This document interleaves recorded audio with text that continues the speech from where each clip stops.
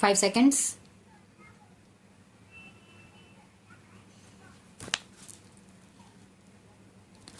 Mr. Deputy Speaker, Sir, the recommendation on certain observations of the board with regard to the policy on children of our country is, really speaking, a very good outcome and a very good exercise.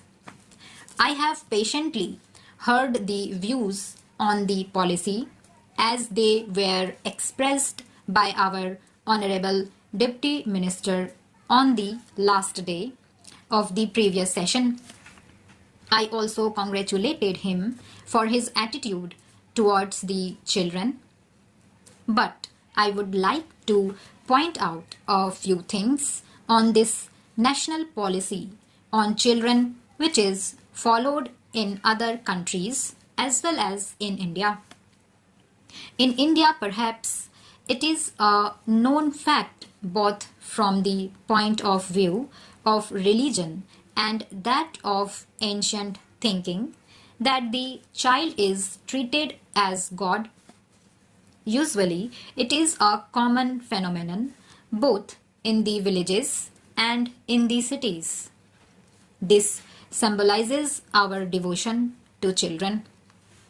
It also indicates our expectations and our dreams about children. I could really appreciate that when we were under the British rule, we could not evolve a suitable policy in relation to children with a view to improving their conditions. But we are now a free country. After taking oath as the Prime Minister of Free India, Jawaharlal Nehru never forgot to mention something about the children of India whenever he spoke, whether on the occasion of Republic Day, Independence Day, or any other occasion.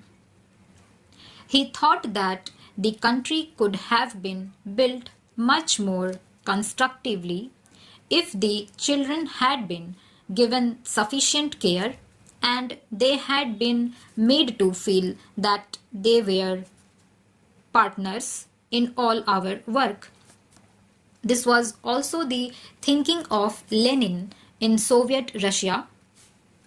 Immediately after the revolution, Lenin used to speak about children on all occasions and say that they should be given due care.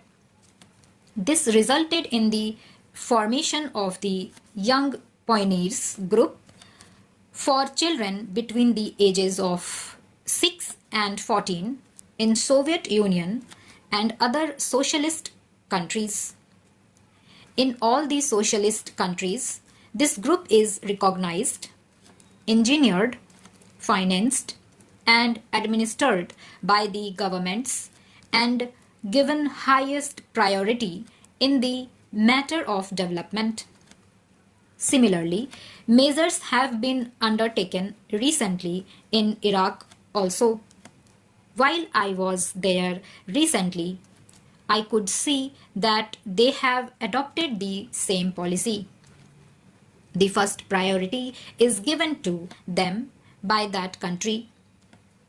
In our country, many organizations do take care of the children.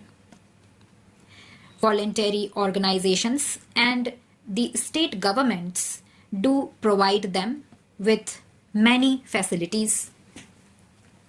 The recommendations are very nice. If we read them, they appear to be much more constructive than even the Young Pioneer Group's programs in the Soviet Union. But in actual practice, nothing has been done because of lack of funds. If everybody receiving a salary or paying income tax, wealth tax, gift tax, or vehicle tax is requested to participate in the endeavor to raise resources for children, nobody will object. If the general masses pay 5 paise per individual per year, we can have a very sizable budget and a very constructive and comprehensive policy both at the center and in the states. When a child grows into a young man, he talks of sports and games. Look at the budget allocation for sports and games, which would help the development of the mental and physical potential of the young of our country. It is a small amount in comparison to what they spend in Middle Eastern countries. In a country having 100 crores of people, that is the second large population in the world, children and youth are not given any financial expenditure support by the government. There is no compulsory item of expenditure for the promotion of the moral and cultural agents of the children in the national sphere. This work has to depend on some social organizations. I do not object to the participation of voluntary organizations, but I do feel that when a country proclaims itself to be a socialist country or a country on its march towards socialism, the looking after the youth and children should be the basic pillar of the policy of the country. What is the position in our country? The children are badly neglected. They do not know even their own parents. In the words of Jawaharlal Nehru, when a child is born in this country, it should consider the country as its mother, and the country should consider the children as their own. Do our children think of our country in that way now? Today, the looking after of children is done by the father of a church because they feel that is the way to serve God. Sometimes we give them prizes or we recommend their names to the United Nations organization or other authorities for the award of Nobel or some other prize. But do you think that a country like ours should depend on a father of a church for the welfare of our children?